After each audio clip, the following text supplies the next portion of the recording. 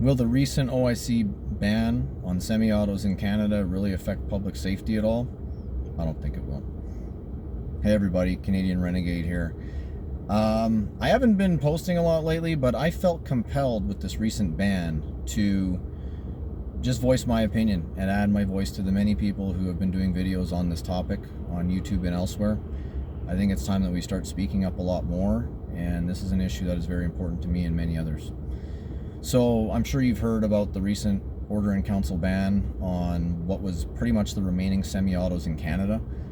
I think there might be a few models of semi-autos that are still available, like the SKS, and I think I heard something about Crusader Arms, although I'm not even really familiar with that company.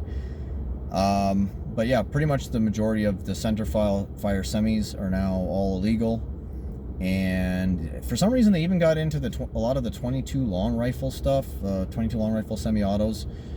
Maybe because they were kind of sporterized and looked scary. But yeah, the whole thing is just ridiculous. Now, obviously this isn't going to work. We all know that over 90% of the gun crime in Canada is committed with illegal guns that are smuggled in from the United States. And the funny thing about that is that we don't actually have good statistics from the federal government on that because, well, that doesn't really support their position. And of course, so they just conveniently don't have statistics on that. But we do know from police services like Toronto's, who they have come out and said, yeah, it's well over 90%. So I'd like to say, 95%, 99%, I don't know. We just know it's well over 90%. And we also know that, they banned, they did three bans that I know of. Maybe there was more. But there was like one in 2020. That was the original big ban of semi-autos. I think there was another ban where they did like another 800 guns or something like that. And then there was the handgun freeze / ban.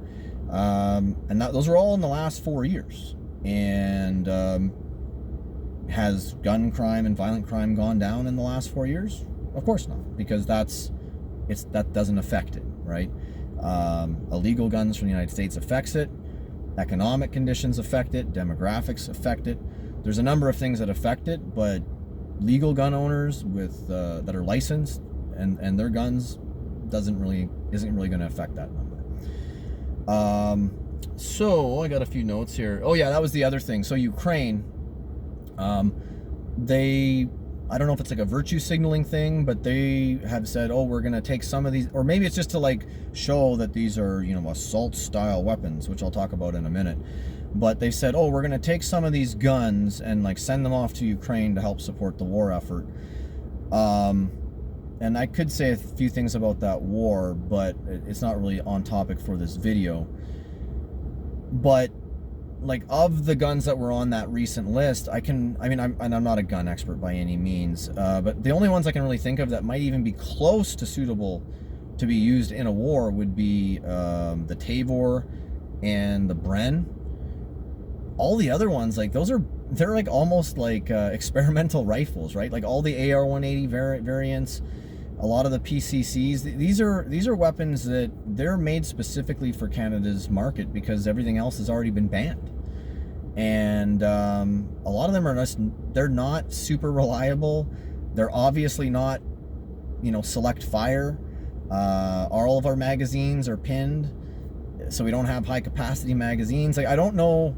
And then the 22 long rifles they banned, that's just laughable, right? So I don't even know what they think they're going to send over there, but I guess if they send them, they'll probably just, some corrupt individual over in Ukraine will just sell them on the black market to whoever, and I doubt that they would ever see any action anyways.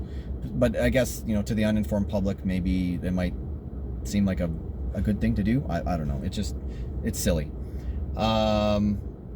I think one of the things that makes me mad about the ban, beyond just more guns that are now unusable to Canadians, for no good reason, of course, is that the timing of this ban seems very malicious. I don't think that, I think, people are saying this is for political reasons, and it may very well be, although I think there may be other things going on with the Canadian government beyond just, getting reelected or whatever.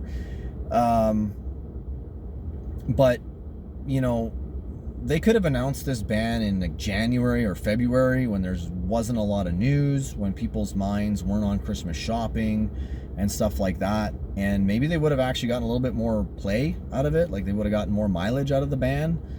I don't even think people care about the ban, to be honest. Nobody really, other than gun owners that are being affected, but the general population, I don't even know if they really care that much. And like I said, they're busy with Christmas shopping and things like that.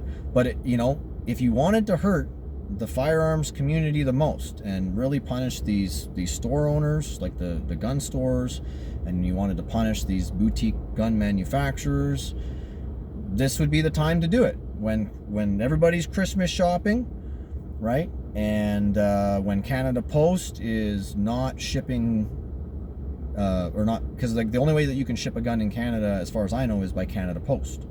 So just think about if you're a gun shop, you have inventory that is now unsaleable. You have a bunch of capital locked up in inventory that's now basically illegal. Can't sell it. Still can't sell handguns because that freeze is still on, right? You can sell to walk-in traffic, whatever left in your inventory that you can sell, but you can't ship your hunting guns, your lever actions, your pump shotguns, stuff like that. You can't ship them right now because you can only ship them by Canada Post.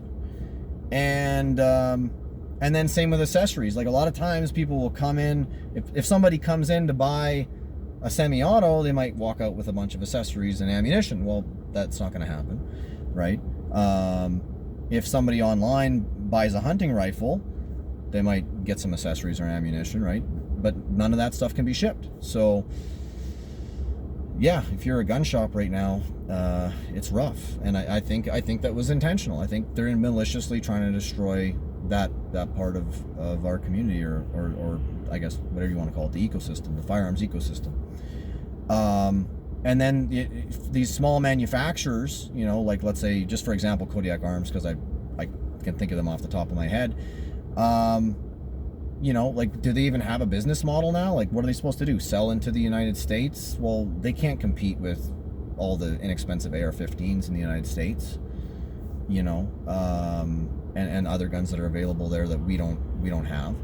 So, yeah, I don't know. I mean, maybe they can actually start building guns specifically for the United States, but yeah, their current inventory, whatever they had already made that they hadn't shipped, I don't know what they're supposed to do with it.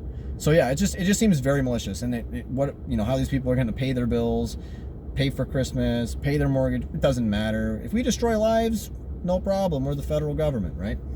So that kind of gets my goat a little bit, even though, you know, it also, the gun ban itself does hurt. So anyways, I just want to finish up with a couple of things. One is that, you know, I do not believe that the federal government cares at all about public safety. I mean, while they're banning these legal guns, which, like I've already gone over, is not going to affect public safety at all. While they're banning these legal guns, I found out that they are cutting the CBSA's budget. So for 2024, 2025, they're cutting the CBSA is the Canada Border Services Agency. So the guys that would stop the illegal guns. And this is from Public Safety Canada, so this is official news. Okay. They're cutting that budget by $66 million this year, and by, I think it was $115 million for 25-26. So at least 2 years of cuts.